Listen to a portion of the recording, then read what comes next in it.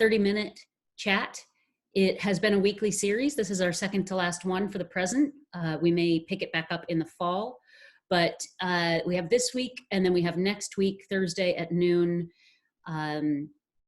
which will be how to get buy-in on far out innovation. We have Scotland Yard's group, which is a business that raises sheep to address landscaping around solar panels. So that's going to be an interesting conversation. As we talk today, please feel free to use the QA functionality that you'll see at the bottom of the screen that you're viewing this Zoom webinar on. You can type in your questions, I'll collect them.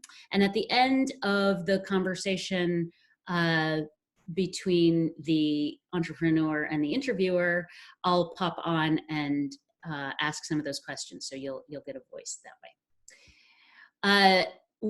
With that, I'm going to turn it over.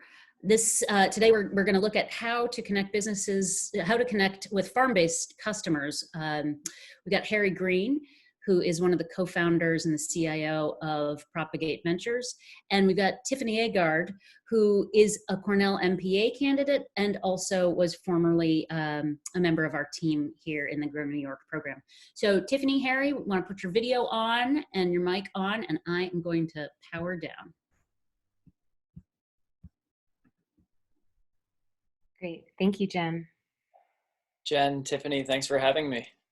Yeah, absolutely. I'm really excited to get talking and to share a bit more about your business, Harry. And so first, I was wondering if you could tell us a little bit more about yourself and about Propagate Ventures. Of course, I can jump right into a slide deck in a moment, because agroforestry and finance are a lot to wrap your head around. So it's generally good to work through a deck and be concise about it. But Propagate is 3 years old incorporated, 4 years as kind of a concept and idea. Right now it's the three co-founders. All of our faces are in a slide, so you'll see us in a second, but it really stemmed from the idea that we wanted our farmscapes and our source of sustenance and calories to be in line with our land stewardship ethic. And with that, I think I can share my screen.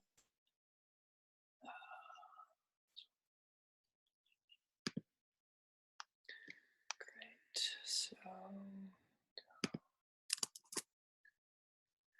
awesome. So if we think back, our parents might have told us, oops, that's, I don't want the auto to be on. I'm going to turn off the, let's see. Sometimes it'll auto scroll and I don't want it to do that. So I guess I can just flip through it here. Okay, so over the past, all right, so we think back, might remember our parents telling us that money doesn't grow on trees, but we want to reverse that assumption. And over the past 5 years, agriculture has become a focal point of the climate change discussion. And now nature, it provides the solutions, and it's really time to build the markets now. So what agroforestry is the integration of fruit, nut, and timber trees in row with existing farm operations. And this is a practice that is shown to increase on-farm profitability by up to 40%. And we call that an overyield. I'm gonna see if I can view full screen. Okay. And if it skips, then I'll hop back out to the other view. Got it. So, and this practice across just a fraction of US farmland can sequester up to 10% of US annual carbon emissions. And we think that's pretty significant. And additionally, after 20 years of returns below 5%, farmers are asking for alternatives like apples, chestnuts, and timber trees. The thing is, as a farmer, it's not easy to get funding from investors because there are operational and financial transaction costs in the way. And what we at Propagate have done is solve these obstacles, paving the way for investors to unlock really big markets and for farmers and land managers to really diversify their farmland. Now, this same thing, this is what AngelList did for startups and what Wonder Capital did for solar. So those are great companies to look up after the webinar is over. And what we do is different from funding plantation forestry or kind of plant breeding research and development. What we're talking about is owning trees as assets, as an asset class on top of commercial farmland. And investors, they're very keen on it. Over the past year, we've brought online $750,000 in agroforestry investments, and that amounts to about 50,000 trees. And these investors, they'll earn market rate returns while building the next generation of profitable regenerative farms. So let me walk you through how we do this. It starts with de-risking projects. And so we've made it easy and straightforward to access project development tools and the economic insights that farmers need to confidently manage a project. We analyze everything: costs, revenues, yield projections, labor assumptions, and a whole lot more. And our software approach to diligence, it allows us to assess projects faster and more accurately than anything on the market today. And what we do is take the best projects and group them into funds, diversifying across crop types and geographies. So once an investor participates in a fund, we broker the tree assets needed to meet investment expectations. And lastly, we build out contracts with commercial buyers for the harvested produce and timber. And with a profit share in place, we distribute our investors their expected returns while our farmers, hands down, participate in the profits. In 2019, we qualified more than $15 million in agroforestry investments. Those will go on to plant 100,000 trees and deliver an internal rate of return of at least 10% and sequester 150,000 tons of carbon. So we like to say that we've cracked the code on de-risking the agroforestry industry, the asset class, because we invest in technology, not in farm equipment or complex steel structures. And thus far, we've expanded operations to 8 states on 20 farms and about 6,500 acres. And with 70 qualified projects in our pipeline, we'll generate about 18 million in revenue over the next chunk of time. In our business model, it's really sitting alongside our farmers, our investors, and all of our stakeholders every step of the way. So it's a great time for agroforestry. This year, General Mills committed 1 million acres of regenerative agriculture practices by 2030, and companies like Shell and Amazon have committed a total of $400 million to invest in nature-based solutions over the next 3 years. This is our team. We're planning to double it and diversify it in 2020 and unlock agroforestry investing. So with Propagate, farmers become more resilient and investors get to enable the action, all while helping to solve climate change and make money grow on trees. So with that, I can turn it over to our Q&A section with Tiffany and everyone in the chat box. Thank you so much, Harry. That was a super interesting presentation, especially looking at how we can actually make money grow on trees. One of the things that I'm always interested in when speaking with startup founders is just better understanding how this idea came about and how this team came together. So I was wondering if you could talk a little bit more about how you connected with your co-founders and how you took, the idea of wanting to change your different landscapes into the product and the company that you have now? Yeah, of course. So Jeremy and Ethan went to undergrad together at the University of Miami, Ohio. And then Jeremy and I connected through a mutual friend. That friend and I were doing food redistribution work in Colorado Springs. He was the executive director of the nonprofit. I was on the board. And my passion then was in agroforestry and finance. And he said, you have to meet Jeremy. So we linked up, and the common interest, what links us all together, is really good food from healthy landscapes. Just the correlation between, we'll say, the health of everything that's surrounding us and our own health was clear and present. So I guess, and you also asked how the business came about. The first thing we did was go on a road trip of the United States, the Northeast and the Midwest, the cold, temperate regions, to different agroforestry farms and farms that were interested in implementing agroforestry systems. And the largest takeaway there was that these farms, these landscapes, are ready for capital, but they don't have access to it. So that was really our first step. And within that first step, the first step was great analytics to increase certainty on financial returns. And that goes into your aspect of de-risking some of the challenges that farmers have or around trees as land assets. Yes, exactly. Mm-hmm.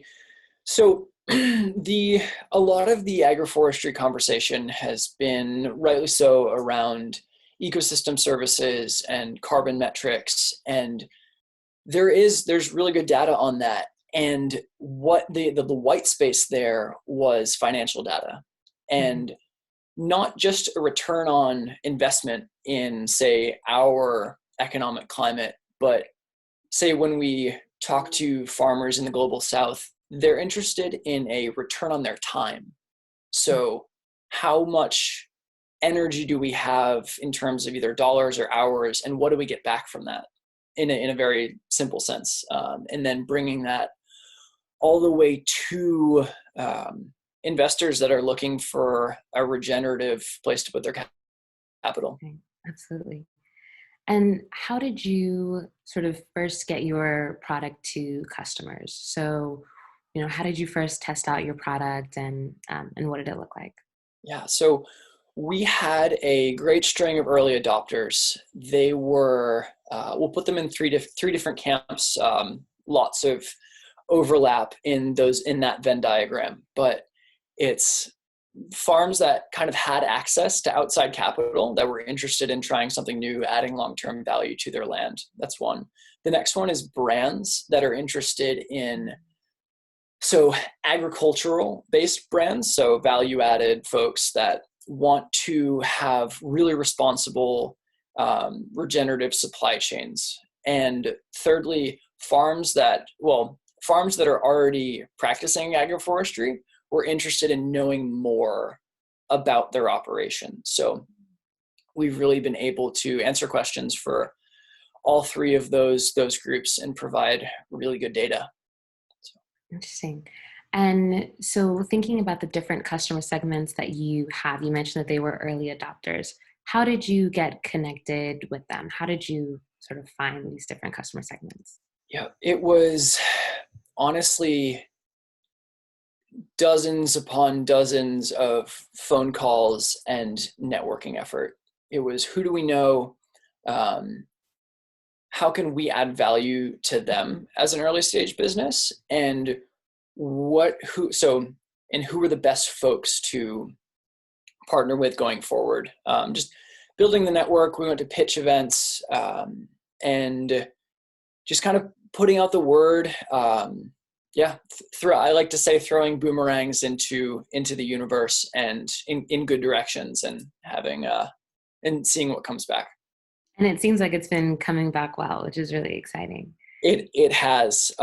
We saw this white space, a little bit of a blue ocean, and it's Q1 this year was, we exceeded sales expectations, and we just closed our seed round of so we closed our seed round, which is great. Congratulations. Thank you. Yeah. One of the things that is interesting to me as you're talking about the different customers is that they seem to probably have different needs, are of different sizes, things like that. How does Propagate Ventures adapt to the different needs of the farm-based customers that you come in contact with? Yeah. So we work with a very large diversity of farms, crop types, farm types. And when we're planning to change a landscape with a 20-year time horizon, we really have to dive into the social dynamics of that farm and really sync the function of the land with the wills and desires and expectations of the decision makers of that land base. So what we use is, well, we use three frameworks. First is called holistic management, and it's out of the Savory Institute. It's a framework for land-based decision-making. We also use the Regrarians platform, which is a scale of permanence. So the most permanent, ranging from the biogeophysical climate and really the climate of the mind, down to the soil, which is much easier to change than, say, the geography, the slope of the land. And then thirdly, financial analysis standard across, I guess, modern business. Yeah. Oh, and so I didn't really answer your question yet. To build off of that, so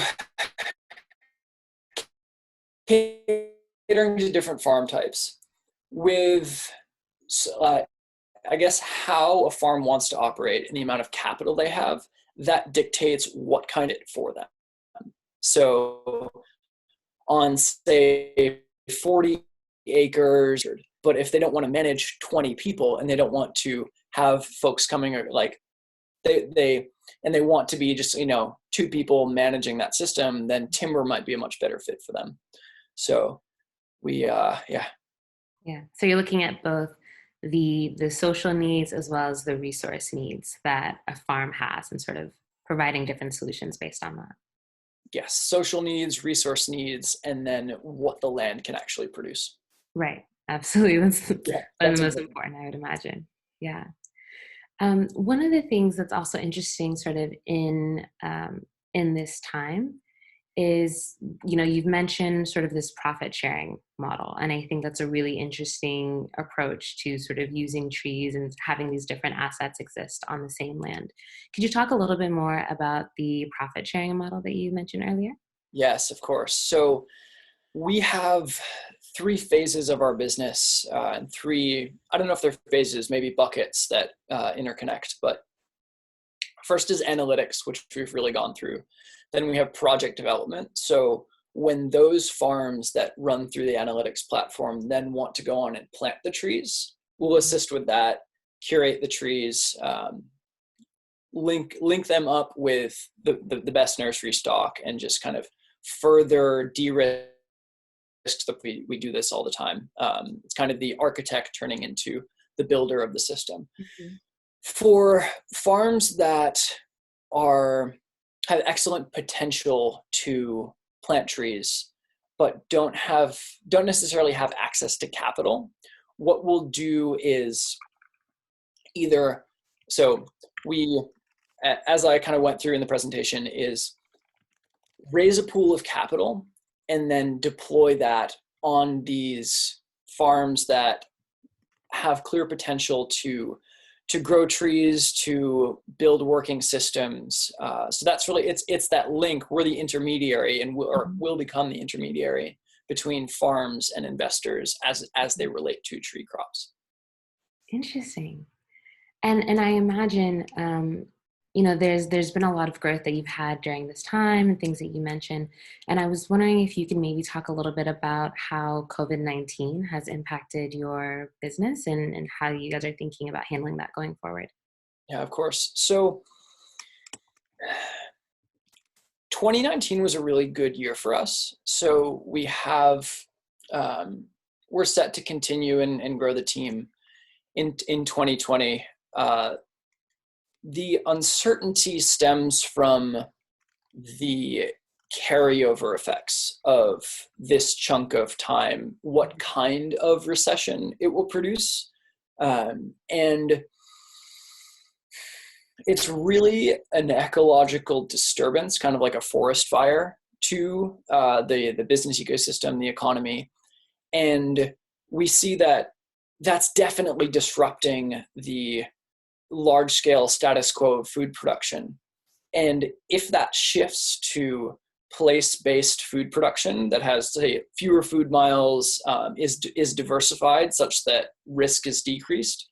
So diversified portfolio, diversified regional farm operations, then that is very much in favor of agroforestry. Interesting. Yeah, that's actually interesting to think about how sort of the different ways that the landscapes are changing might actually really benefit the areas that you're working in. In the short term, we'll see difficulties, as everyone Right. will, but long term, Yeah. trees are generally resilient. I bet. I'm going to jump in here. It's a great conversation, and I know Tiffany has some additional questions, but we've gotten a lot of questions from the audience. We have about 5 minutes left, so I'm going to try to get some of those out, but it seems to me, Harry, like you're a natural to be at one of our Food and Ag networking nights when we bring them back online. And actually, while I'm mentioning that, I will announce to the audience that we have a virtual Food and Ag networking night coming up on May 28th at 7 p.m. So you can learn about that on grow-ny.com as well on the events tab. But Harry, just to start, agriculture, it's inherently risky. You mentioned risk reduction as a goal. Can you talk about the risks you can address versus the risks you can't address, and kind of how you differentiate between those two? Yes, so risks we can address entail access to markets and really taking existing data and really working sensitivity analyses into yield and price and whatnot. So I could go on for a while, but we kind of have a speed round now. So the risks we can't address are acts of God, climate. So the way we look at that is to diversify region by region out of those risks. So if we have 200 acres of chestnuts in Tennessee and 200 acres of chestnuts in New York, and there is some really strange weather event in one place, then that it can pick up the slack for so the producing regions pick up the slack for those that have been compromised. Great. A couple questions about timber. Where does your timber product end up? What kind of sectors of production is it in? Yes, so that's a really interesting one. So timber industry right now for just generic quality wood, say pine, poplar, the stuff that gets made into Home Depot framing wood, that is very much a commodity market and very difficult to compete in. So what makes more sense is to grow specialty wood products in wide spacing arrangements. So not in plantation forestry, but more space in between trees. That grows fatter logs of higher quality wood, such as black locust, which is a rot-resistant timber species when pruned, so pruned into a straight saw log instead of a branching tree, is the internal rate of return on that is great when the use of the wood is realized by buyers, and the grower also captures a good amount of the value add from milling wood. Great. In your work, are you connecting farmers with federal and state grant opportunities? Yeah, so that's a large next step for us. The early adopters for us has really consisted of the private sector, just the fast-moving folks. So there are a lot of dollars from, say, conservation innovation grants, EQIP through NRCS, that we have been building up the capacity to operationalize, and that's largely a next step for us. Okay. Couple of questions about CO2 sequestering. Is the effect kind of a one-off? Do you work with third-party certifiers? Can you go a little deeper on that? Yeah, exactly. So so any carbon or ecosystem service markets they are a secondary focus for us. First is dollars, really focusing on the systems that the free market will bring into planting. We are, yeah, we're in contact. So we haven't started the carbon so we've started it. We haven't really activated the intent for carbon payments yet, but there are two folks that we're in close conversation with for when these systems come online. Great. There are so many questions and we're not possibly going to get to them. So folks in the audience, stay tuned for the next time that we feature Harry and Propagate Ventures. But one more before we go. Couple of people are interested in the handsome Propagate hat you have. Are people able to get them, or why don't you tell us what your website is so they can at least sign up for updates? It's a wooden logo. It's very on brand for us. We've thought about selling hats, but we are not the Elon Musk type. Hopefully, so he sold a bunch of hats to raise money. We haven't decided to do that. The hats are a maybe. They're yeah.